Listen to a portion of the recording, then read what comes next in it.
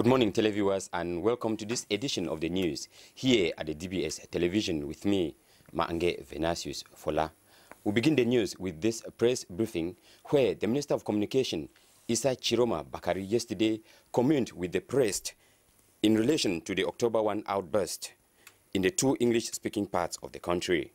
He related to the effort put in by the military to calm down protesters, plus the casualties recorded. He equally made mention of what is being done in the domain of health. Bango Francis, who was at the press briefing, brought back this excerpt. The balance sheet of the operation conducted by our defense and security forces faced with attacks against them on October 1, 2017 is positive. Our forces have not only shown great professionalism but also a great restraint in the face of many acts of provocation and open aggression committed in several major localities of these two regions. The death toll is about 10 people among the assailants, including 5 who died during the attempted mass escape from Kumbo prison, organized by the detainees themselves. On the side of the defense and security forces, there are about a dozen wounded by bullet.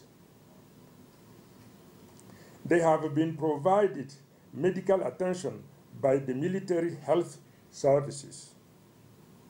Apart from the 5 prisoners who died in their attempt to escape, the other death recorded among the asylum occurred as a part of the regulatory retaliation following the shooting of weapons of war of calibers, hunting and trafficking guns, by means of which the asylum attacked the defense and security forces. As it was,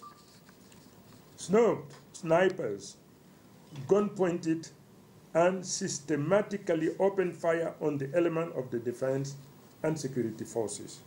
Thus, at Etilwindi, Kumba, 2 subdivision, in the Meme division, 2 gendarmes were seriously wounded by bullets.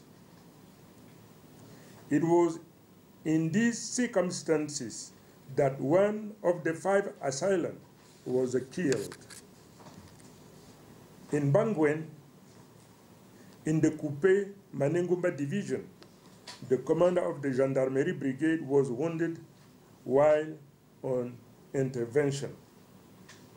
A number of very daring aggressions against the local administrative and military authorities were also recorded in Bello, where the vehicle of the senior divisional officer of the Ndongamantum division was set on fire.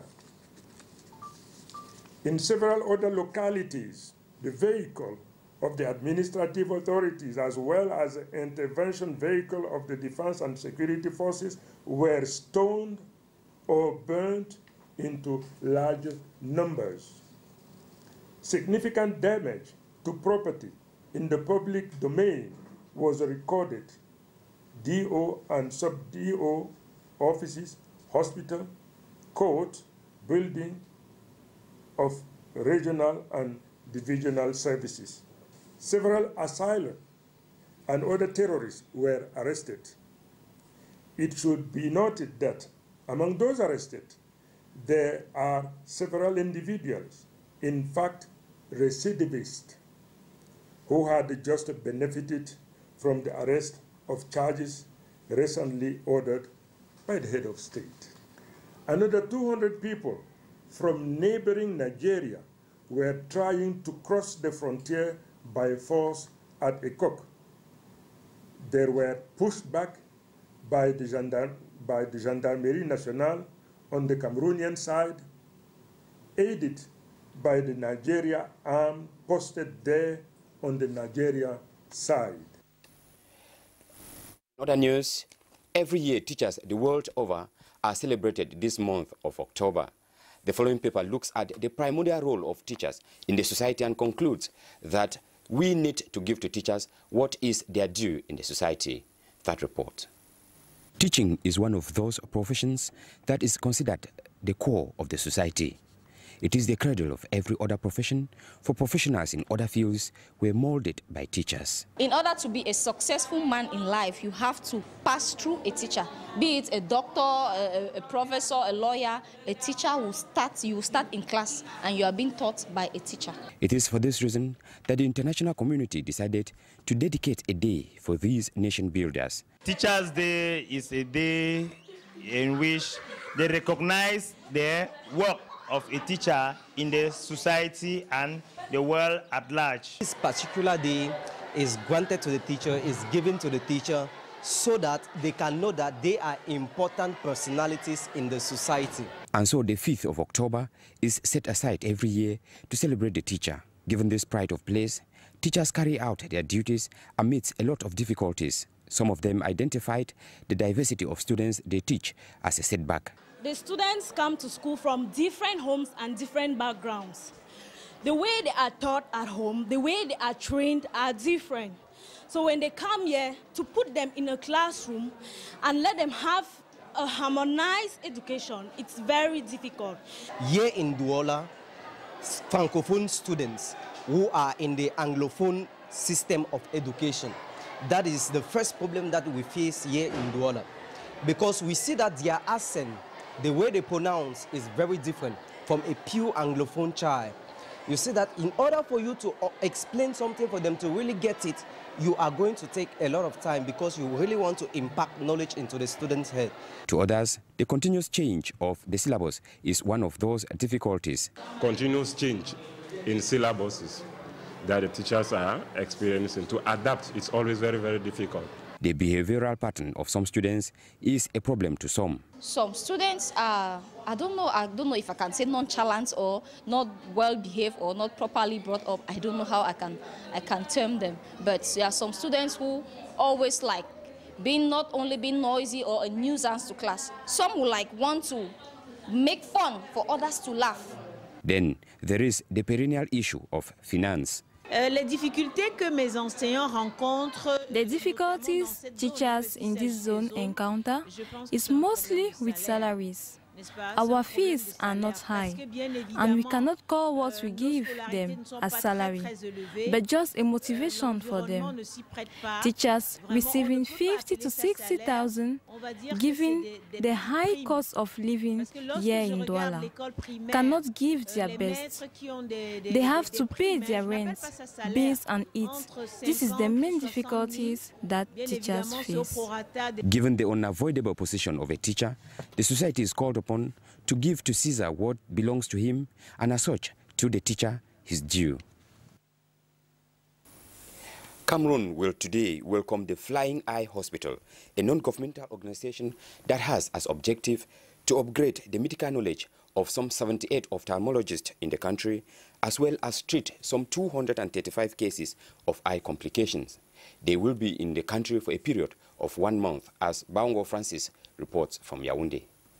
The third mission in Cameroon of the Flying Eye Hospital of the international NGO, OBIS, shall land at the Yaoundé-Nsimalen International Airport this Thursday, October 5th.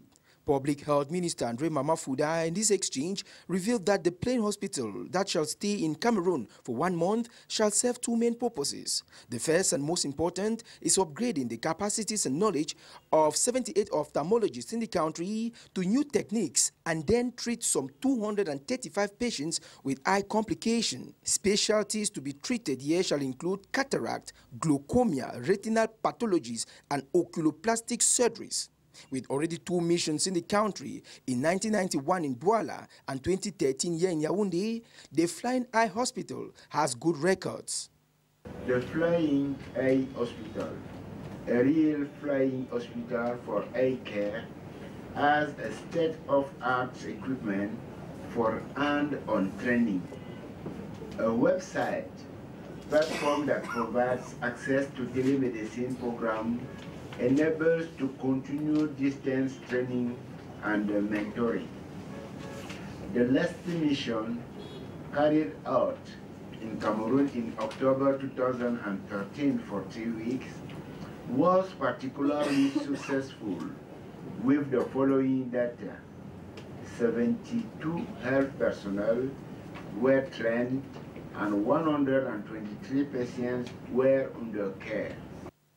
For its third mission, unlike the previous editions, trainees shall not only be upgraded at the Plain Hospital, but equally at the Yaoundé Central Hospital and the Maghrabi Eye Institute in Obak, where obese experts shall be dispatched. The will of the government to bring these eye specialists once again ties with the Initiative 2020 to give the right to sight to all. The training which Cameroonian ophthalmologists shall acquire here will help a great deal in reducing eye complications suffered by many. In Cameroon, we estimate the number of blind persons about 200,000 and more than 600,000 the number of people with decreased vision. Yet, it's acknowledged that 70 to 80% of cases of blindness are either preventable or can be treated. It should be noted that the Flying Eye Hospital shall land in Cameroon just 6 weeks after another vessel known as the African Mercy Ship harbored in Douala to treat over 2,000 Cameroonians suffering from rare diseases and malformations. In our next report, Subiru Madina tells us that construction work taking place over the river Vuri has brought some changes at the level of Rond-Point Daido. As a way in and out of many parts of the city of Douala, this roundabout is expected to have some basic standards. Her reports. Since November 14, 2013, that the construction of the second bridge over the Vuri River, the Daido Rond-Point area have been witnessing a slow but for sure transformation. A good number of houses and shops have been scrapped off around the Sandaga market right to the roundabout itself. From the small rond-point we used to know, full of traffic congestion, things are gradually changing in this part of the city, as it is intended to pave the way for the construction of a flyover. The project to enlarge the stretch is part of a larger project for the construction of a flyover and an extension project of the construction of the second bridge. To this effect, the flyover will be to ease traffic flow at the Rond-Point Daido. Though being transformed gradually, the gigantic monument of Liberty, which occupies the center of the Daido roundabout, will still maintain its position. Low-income earners now have a possibility of owning a piece of land after saving 500 francs per day within a period of 45 months. The lofty ambition was presented to the public at GCAM head office here in Douala yesterday. Jallo Buba sat through the ceremony and brought back the following reports.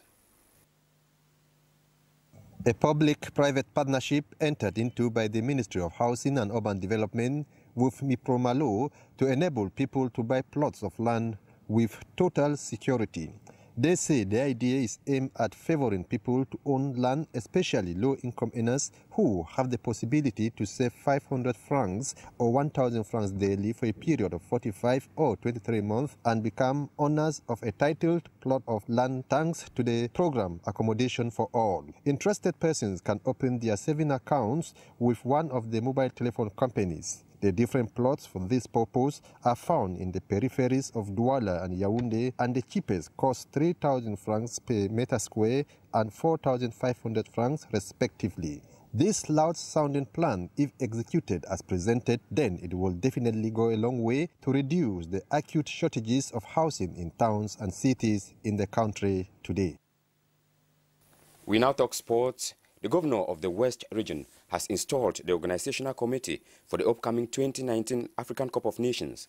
The committee is expected to maintain proper organization of the football jamboree in the West region, as student journalist Raimatu C. tells us. The presidential decree signed on Friday 11 August put in place a committee to ensure the successful organization of the 2019 African Cup of Nations to be hosted by Cameroon. This decree reveals the attribution, competition and functioning of committees in various regions in Cameroon, whose main mission is to ensure the proper organization of the African Cup of Nations 2019. Like other regions selected for the organization, the governor of West Region, Awa Fonka Augustine, appointed local organizing committee in his region for the proper organization of the African Cup of Nations 2019. In relation to the organization of the African Cup of Nations 2019, Awa Fonka Augustine called on the committee to work in solidarity and collaboration because any late work won't be tolerated. He added that their duty is to ensure the smooth functioning of preparatory activities. He urged all Cameroonians, especially the local committee in Bafoussam, to contribute toward the efficient organization of the Continental Football Festival. However, these committees put in place are just to argue any doubt regarding Cameroon's readiness to host the 2019 African Cup of Nations, as the president declared that Cameroon will be ready for the competition. And certainly we will be ready for the competition. Ladies and gentlemen, that was the beat we put together for this edition of the news. We wish to wish a happy feast day to teachers who go out to celebrate that day today. Keep watching programs here at the DBS television. God bless your day.